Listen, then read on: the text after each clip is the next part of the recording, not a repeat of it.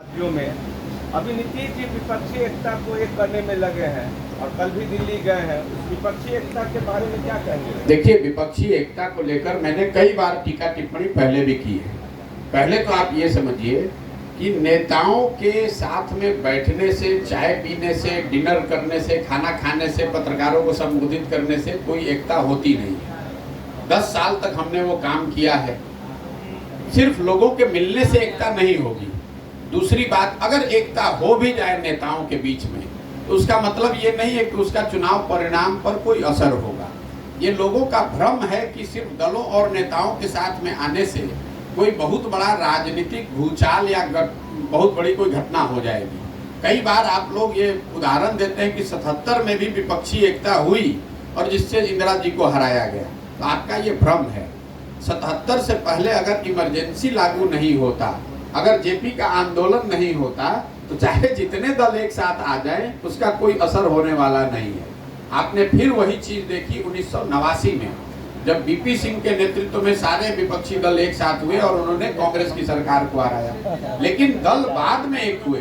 पहले बोफोर्स मुद्दा था, भ्रष्टाचार मुद्दा था, उस पर पूरा देश का जनमानस उद्वेलित हुआ, वो साथ में आया। तब उसके पीछे अगर दल साथ में आ जाए, नीचे जमीन पर काम हो, तब उसका असर पड़ सकता है।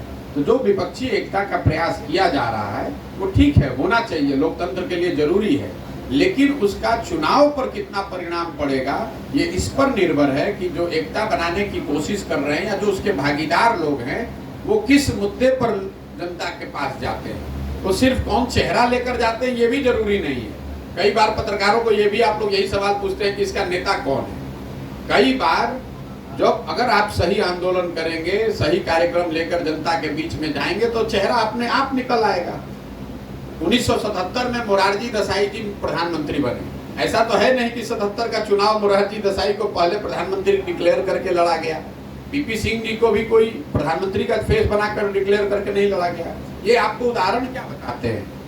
विपक्षी एकता सिर्फ पार्टियों और नेताओं के साथ बैठने से नहीं, लेकिन अगर समाज के स्तर पर कोई मुद्दा जो जनमानस को उद्वेलित करे, उनके इमेजिनेशन को कैप्चर करे, उस मुद्दे को लेकर आप जाएंगे, तब इन पार्टियों की जो ताकत है, इनके जो कार्यकर्ता हैं, उसका कुछ असर हो सकता है। जहां तक नीतीश जी के प्रयास का सवाल है, तो नीतीश जी की तो जो अपनी हालत इतनी खराब है, जो अपने राज्य में अपना पैर रखने का ठिकाना नहीं है, तो आप विपक्षी एकता और देश के स्तर पर उनको, भाई अगर विपक्षी एकता कोई करेगा, अगर आप ऑर्डर में भी देखिए तो सबसे बड़ी पार्टी कांग्रेस है, उसके बाद तृणमूल है, उसके बाद डीएमके है, जो पूरे राज्य जीत कर बैठे हुए हैं। उनके पास 20-20, 25-25 एमपी हैं, अपने राज्य में वो जीतने का दावा कर सकते हैं। नीतीश कुमार जी के पास तो कुछ है ही नहीं, न दल है, न इमेज बचा है, तो आप किस आधार पर आपको कोई बना दिए? तो बिहार के पत्रकार जो हैं, ये आप लोग जबरदस्ती का खबर बनाते हैं। आप कर्नाटक में, तमिलनाडु, बंगाल में जाइए तो कौन चर्चा कर रहा है नीतीश कुमार की?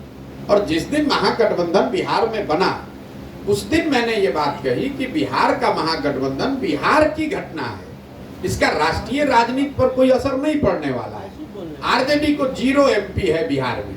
अब आप लोग का ये मानना है कि भाई ये इतना मजबूत दल है कि ये लोग डिसाइड कर सकते हैं। जिस दल के पास 0 एमपी है, वो तय करेगा कि वो कौन देश चलाएगा, ऐसा संभव है? नीतीश जी के पास 42 गो विधायक है और 16 गो एमपी है, जो पिछले गठबंधन में वो जीते थे। कितना इस बार जीतेंगे वो आपको बेहतर मालूम है हमसे। तो जब आपकी अपनी ताकत नहीं है, आपके अपने 10 एमपी नहीं है, तो आप देश की राजनीति में क्या भूमिका अदा कर सकते हैं? 26-27 को दल बैठता है, दोनों साइड देखिए, इंडिया में भी और एनडीए में भी। तो उसमें 2/3 दल तो ऐसे जिसका एक एमपी नहीं है। वो तो संख्या गिनाने के लिए एक दलों की परिपाटी है, कर्मकांड है कि भैया सबको बैठा लीजिए। इसका मतलब ये थोड़ी है कि वो कोई राष्ट्रीय राजनीति को उलट पुलट कर देंगे। और जहां तक बिहार का सवाल है, चाहे सरकार एनडीए की बने कि इंडिया की बने, बिहार की तो समस्या ये है कि भाई हमारे लिए पलायन कौन रोकेगा? 10 बरस से एनडीए की, भाजपा की सरकार है, तो बिहार तो 10 बरस पहले भी 28वां देश का सबसे ज्यादा गरीब राज्य था और आज भी हम लोग देश के सबसे गरीब राज्य है। बिहार में शिक्षा व्यवस्था, रोजगार, पलायन जो मुद्दा है, उसको तो ना भाजपा एनडीए ने सुधारा है, ना इंडिया ने सुधारा है। तो बिहार के लोगों के नजरिए से कैसे फायदा हो जाएगा? 10 बरस से मोदी जी है ना प्रधानमंत्री भाई, तो आप जरा बता दीजिए कि समस्तीपुर में कौन उद्योग खुल गया है, कि समस्तीपुर में कौन सी राष्ट्र की देश के स्तर से ऐसा काम किया गया जिससे कि समस्तीपुर के या बिहार के बच्चों के, बिहार के लोगों की जिंदगी सुधरी है। तो ये तो बेमानी चर्चा है। सर मेरा एक सवाल है कि 11 बिहार की जनता का मूड अगर आप हमसे जानना चाहते हैं तो बिहार की जनता नया विकल्प चाहती है। वो विकल्प कौन है ये इसका दावा नहीं है। हम ये नहीं कह रहे हैं कि विकल्प के तौर पर वो आपको देखती है कि हमको देखती है, लेकिन बिहार में आप कहीं भी चले जाइए लोग ये कह रहे हैं कि हमको नया विकल्प चाहिए। लोग दोनों फॉर्मेशन से, भाजपा और महागठबंधन दोनों से करीब करीब त्रस्त हो चुके हैं। और ऐसा आप गांव में जाकर देख लीजिए और सर्वे करा कर भी देख लीजिए। मैं आपको कैमरे पर दावा कर रहा हूँ, कहीं पर भी बिहार में आप ये सर्वे कीजिएगा तो 50% से ज्यादा लोग एक नए विकल्प की बात उनके मन में है। अब वो विकल्प कौन होगा उसको लेकर बहस हो सकती है। वो विकल्प कौन होना चाहिए, कैसा होना चाहिए, कौन उसको लीड करना चाहिए, वो अलग बात है। लेकिन बिहार का जनमानस जो है वो करीब करीब यहाँ पर जो तीनों बड़े दल हैं उनसे विमुख हो चुका है, इन दोनों फॉर्मेशन से त्रस्त हो चुका है। क्योंकि यहाँ के लोगों की जिंदगी, जैसा मैंने आपको बताया, वो पिछले 10, 15, 20 वर्षों में किसी भी मानक पर, चाहे शिक्षा हो, रोजगार हो, आर्थिक तरक्की हो, किसी भी मानक पर बेहतर नहीं हुई है। सर लॉ एंड ऑर्डर को लेकर आपका क्या कहना है? भैया लॉ एंड ऑर्डर को मैंने अभी आपको बताया कि हमारा क्या कहना ये महत्व नहीं रखता है। मैं पदयात्रा इसलिए नहीं कर रहा हूं कि मैं क्या सोचता हूं। मैंने जो आपको अपना अनुभव साझा किया, जो मैंने देखा या लोगों ने मुझे बताया, मैं वो साझा कर रहा हूं। अब आप मेरा वक्तव्य अगर पूछेंगे तो मैं आपको वही बता रहा हूं कि हमेशा से बिहार में ये सोच रही है कि जब भी आरजेडी के लोग सरकार के फॉर्मेशन का हिस्सा बनते हैं तो लॉ एंड ऑर्डर यहाँ पर बिगड़ता है। और ये आज से नहीं, हम लोग पिछले 30-32 साल में हम लोगों ने देखा है। जब उनकी सरकार थी तो अपराधियों का जंगल राज इसको कहा ही जाता था। हम लोग भी बिहार में जन्मे हैं, यहीं पले बड़े हैं। हम लोगों ने वो दौर भी देखा है कि जब 4 बजे सब कुछ बंद हो जाता था, लोग भागते थे। तो जब भी आरजेडी सरकार का हिस्सा रहेगी तो लॉ एंड ऑर्डर बिगड़ेगा ही बिगड़ेगा। लेकिन बड़ी बात यह है कि इससे पहले जब भाजपा के साथ भी जब नीतीश कुमार सरकार चला रहे थे तो भी लॉ एंड ऑर्डर धीरे धीरे बिगड़ रहा था। क्यों बिगड़ रहा था? उसकी एक प्रमुख वजह मेरी समझ से ये बिहार की शराबबंदी है। शराबबंदी लागू होने की वजह से हुआ ये है कि प्रशासन का, पुलिस प्रशासन का एक बड़ा हिस्सा शराबबंदी को लागू करने, उसको रोकने, उसको उससे कमाने, उसको छिपाने और उसको दिखाने में लगा हुआ है। जो नॉर्मल लॉ एंड ऑर्डर की उनकी ड्यूटी थी वो काम वो कर ही नहीं रहे। आप जेल में चले जाइए, आधे से ज्यादा लोग शराब के जुड़े हुए मामलों में हिरासत में है। जो केस डायरी लिख रहा है, थाना में अगर 10 आदमी काम करने वाला है तो 8 आदमी तो शराब के मामलों से ही जूझ रहा है। तो एक सरकार का बड़ा तंत्र शराबबंदी की वजह से उसमें लग गया, उससे लॉ एंड ऑर्डर बिगड़ना शुरू हुआ। दूसरा, चूंकि शराब बंद है कागज पे, दुकान बंद है लेकिन होम डिलीवरी हो रही है, तो उसका नतीजा ये हुआ कि गांव-गांव में छोटे छोटे शराब के अवैध कारोबारी नए लड़के बन गए। मोटरसाइकिल, कट्टा, 4 बोतल का शराब का इधर का उधर करना, 2-2.5 हजार रुपए की कमाई होना। तीसरा पहलू यह है कि जिसके पास शराब नहीं मिल रहा है वो अलग अलग तरीके के नशा कर रहा है, स्मैक खा रहा है या कुछ लोकल जो भी खा रहा हो गलत चीज। उसका नतीजा ये हुआ कि उसको 5,000 रुपए के लिए भी जाकर वो डकैती कर रहा है, क्राइम कर रहा है। तो शराबबंदी एक गेम बड़ा वजह है मेरी समझ से। 2016 के पहले और 2016 जब शराबबंदी लागू हुआ तब इन दोनों के बीच के आंकड़ों को अगर आप गंभीरता से देखेंगे तो आपको पता चलेगा कि 16 के बाद से स्थिति तेजी से बिगड़ी है। और उसका एक ही वजह समझ में आता है, शराबबंदी। और दूसरा एक नया फिर शिफ्ट आया जब पिछले साल महागठबंधन बन गया। जब आरजेडी सरकार में रहेगी तो निश्चित तौर पर लॉ एंड ऑर्डर की समस्या आनी ही आनी है। मैं आपको एक अपना अनुभव बता रहा हूँ। 2015 में महागठबंधन की सरकार बनी थी तो हम भी उस पूरे अभियान में शामिल थे। 4 ऐसे मंत्री, आज मैं नाम नहीं लूंगा लेकिन आप खुद ही समझ जाइएगा, 4 ऐसे मंत्री आज कैबिनेट में हैं जिनका नाम उस समय भी विधायक जीते थे और उनका नाम आरजेडी की ओर से बताया गया था। नीतीश कुमार जी ने, हम लोगों ने, सब ने मिलकर उस पर ऑब्जेक्शन किया और ये सुनिश्चित किया कि वो 4 लोग मंत्री न बने। आज वो चारों लोग मंत्री हैं। तो जब उस कैरेक्टर के लोग मंत्री रहेंगे, सरकार चलाएंगे, तो लॉ एंड ऑर्डर अच्छा होगा कि बिगड़ेगा? जब आप बालू माफिया, शराब माफिया को, कॉन्ट्रैक्ट किलर्स को अपने कैबिनेट में बैठाइएगा तो लॉ एंड ऑर्डर की दशा बिगड़ेगी नहीं तो क्या होगी? सर एक और सवाल है, प्रशांत जी एक और सवाल है। 11 महीने की आपकी पदयात्रा रही, प्रशांत पीके के सिवा दूसरा कोई चेहरा नहीं दिखा, किसी भी जिले में नहीं दिख रहा है। क्योंकि पदयात्रा मैं कर रहा हूँ तो चेहरा मेरा ही दिखेगा। लेकिन लोग जुड़े हुए हैं, हम लोग कर रहे हैं। जो लोग जिन जगहों से हम पदयात्रा करके आ रहे हैं वहां पर आप जाकर देखिए कि कौन लोग जुड़े हुए हैं। एक जिले में जहां पदयात्रा खत्म हो गई वहां 50 से 60 हजार लोग जन सुराज अभियान का हिस्सा बन रहे हैं। अब आप ये कह सकते हैं, आप खोज रहे हैं चेहरा कोई विधायक एमपी का, तो ये तो अभियान ही उसी के अगेंस्ट है कि अगर आपके बाबूजी विधायक हैं, मंत्री हैं, नेता हैं, तो हम आपका स्वागत नहीं कर रहे हैं। क्योंकि बिहार में एक जो आंकड़ा है आपको बता देते हैं, आप लोग राजनीति कवर करते हैं, पिछले 30 साल में जितने लोग एमपी, एमएलए, विधायक बने हैं यहाँ पर, चाहे जिस दल से बने हो, कांग्रेस से, आरजेडी से, जदयू, भाजपा, सारे दलों को मिला दीजिएगा तो आपको पता चलेगा कि 1250 परिवार के लोग ही यहाँ एमएलए, एमपी बना है। बिहार की जनसंख्या है 13 करोड़, 3-3.5 करोड़ परिवार यहाँ रहते हैं, लेकिन एमएलए, एमपी यहाँ 1250 परिवार का आदमी ही बनता है। ये आपको क्या दिखाता है? सत्ता पर उन्हीं 1200-1300 परिवार का कब्जा है। पार्टियां बदलती रहती हैं, चेहरे नहीं बदलते हैं। आप देख लीजिए उदाहरण के तौर पर, और ऐसा सिर्फ आरजेडी में, जदयू में नहीं है। आपको, हमको लगता है भाजपा तो देश की पार्टी है, वहां ऐसा नहीं होगा। भाजपा के अभी प्रदेश अध्यक्ष कौन है? सम्राट चौधरी।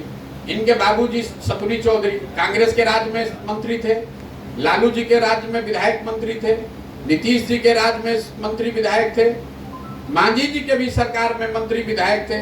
और आज जब भाजपा को भी किसी को बनाना है तो उसी परिवार के एक बच्चे को उन्होंने बनाया है। एक परिवार का ही दबदबा है। तो इस चीज को तोड़ने का ही तो ये प्रयास है। अगर हम भी वैसे ही एक्स, आप खोज रहे हैं पत्रकार होने के नाते कि इनके बगल में कौन एक्स विधायक आया, कौन एक्स एमपी आया, तो उसका स्वागत नहीं है। हम तो गांव के स्तर पर उन बच्चों को ढूंढ रहे हैं जिनके बाबूजी विधायक नहीं है, जिनके पास पैसा नहीं है, जिनके पास साधन नहीं है, लेकिन समाज के लिए, राजनीति में, समाज के दिशा, सामाजिक राजनीतिक क्षेत्र में आकर वो काम करना चाहते हैं। वो करना चाहते हैं तो उनकी हम मदद कर रहे हैं, संसाधन से, व्यवस्था से, सलाह से मैं वो मदद कर रहा हूँ। वो आगे बढ़ेंगे, उसी से बिहार सुधरेगा, ये मेरी सोच है।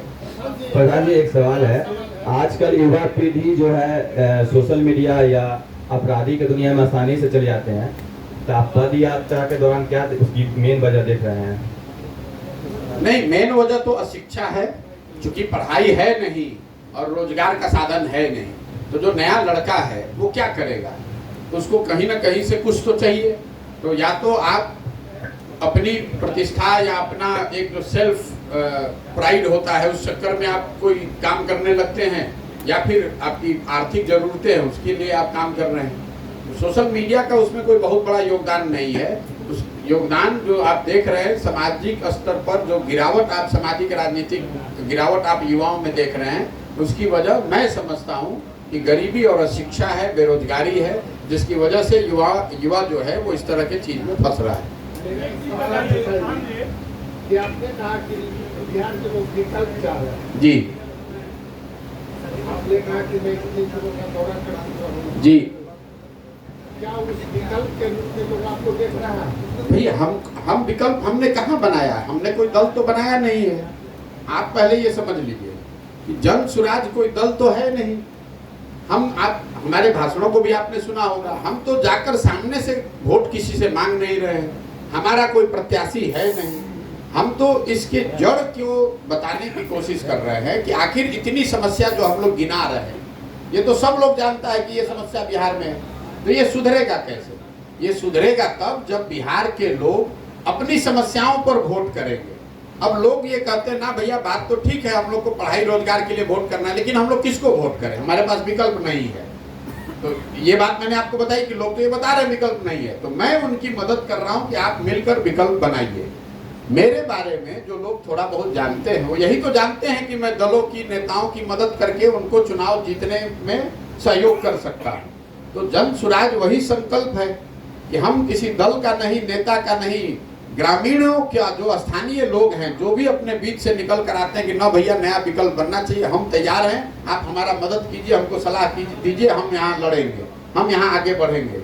और ऐसे मैं बता रहा हूँ कि हर जिले में जब पदयात्रा खत्म होती है तो इसकी संख्या अभी है 50,000 से 60,000 जो लोग निकल कर आ रहे हैं कि नहीं ये नई व्यवस्था बननी चाहिए, मैं उसमें भागीदार बनना चाहता हूँ, आप मुझे बताइए मुझे क्या करना है। अगर पूरे बिहार में अगर हर जिले से हम 50-50 हजार आदमी जुटाएंगे तो कितने आदमी हो गए? 20 लाख। अगर आधा भी रख लीजिए 10 लाख भी, तो 10 लाख लोग अगर एक साथ आएंगे, वो मिलकर तय करेंगे कि भैया आगे क्या करना है। मान लीजिए कि पूरा बिहार छोड़ दीजिए, हम समस्तीपुर की पदयात्रा अभी 2 दिन में खत्म कर लेंगे।